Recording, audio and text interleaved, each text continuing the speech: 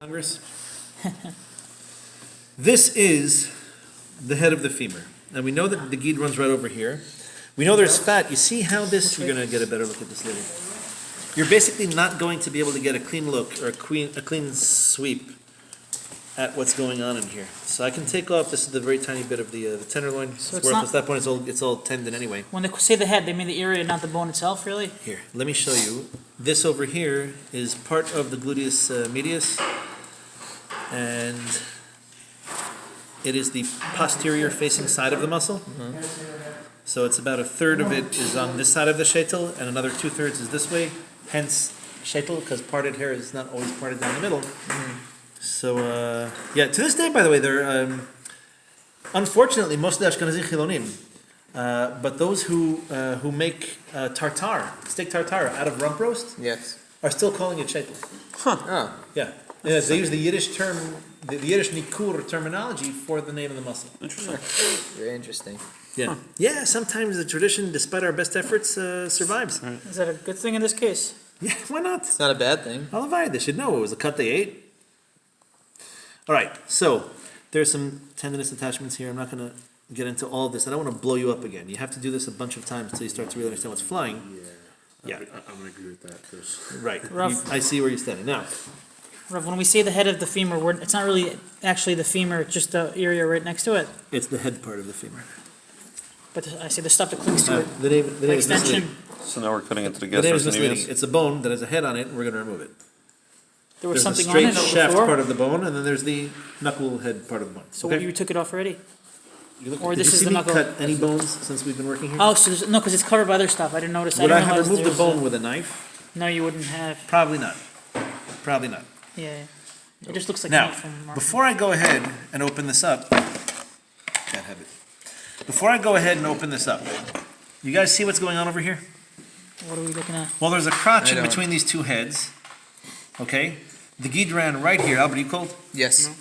Okay. You answered for him. No, I meant I see that it's going there. I was answering that question, not. There's the guide ran right over here. There's a crotch and a depression under the cap on this head of the femur. And you'll see why that shuman is so hard to get at. I'm not saying it's impossible, but not everybody had a sharp pointed knife. Not everybody was that It was conscientious under- about it was under this? And the Geonim were bothered by it, which is again, that's not like the Satmar Rebbe telling you got to take everything off. The Geonim tell you people are slacking off. They felt the need to address the issue. So, what I'm going to do is I'm going to liberate the head of the femur. I know this looks like Kabbalah, what I'm doing here. I'm just tracing the bone, okay? Ignore the muscles. I'm just tracing the bone. There's a bone here and I'm tracing it, all right? Now, what happened is that I exposed to you where the guide came over the head of the femur. It deposits all this fat over here, so to speak. I'm going to take the head of the femur off and show you why that's really hard to clean out otherwise. And you'll understand why, because of the fat over here, this gets removed. It's otherwise very hard to understand why the tri-tip needs to be cleaned. There is no guide here. Because it comes over. But it runs, the guide runs right over here, and the fat all around it is basically, there. We wouldn't call it yanika, but I'll show you how that's done. I need a, please, the one that's hanging over there is perfect. So that's how you do it? With a cleaver? You don't just take off the head. You With a take knife? off some of this. You want to try to take this off with a knife? No, no. Do it What I with mean yours. is you take off this also. We take the heads. You off can't of just the use the femur. bone cell. When I said we Not take the bone head cell, off I the meant femur, what I meant was that we take the head off of the band femur. cell. He said that you could. Femur has a head, we're In going the to take it past, off. The entire head of the femur, whatever can be considered the head of the femur, we're going to take off. Why? Because there's fat in here that we otherwise can't get at.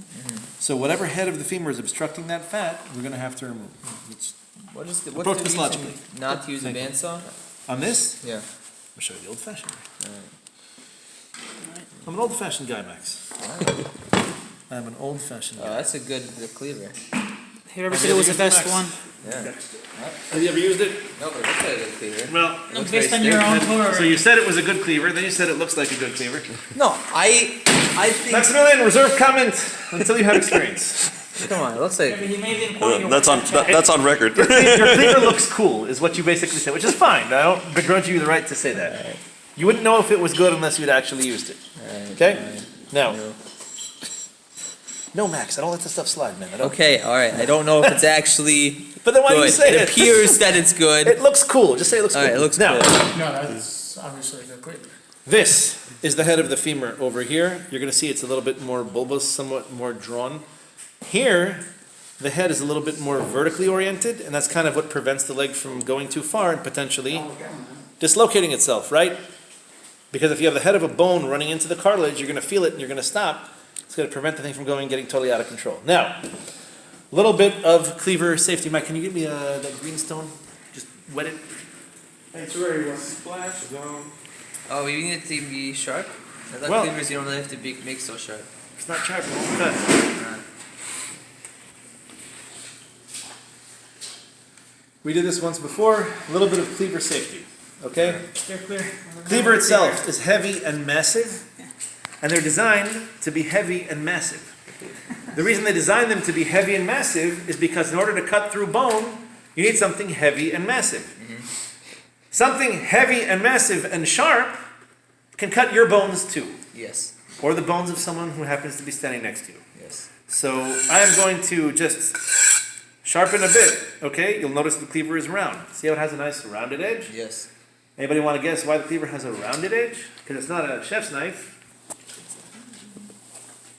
Because of the action that you're going down? Because a wise and effective and well-placed cleaver stroke is going to glance, it's going to expose as much of the sharp cutting edge as possible, as opposed to whacking at something with only one part of it, blunting it, and then it won't work anymore.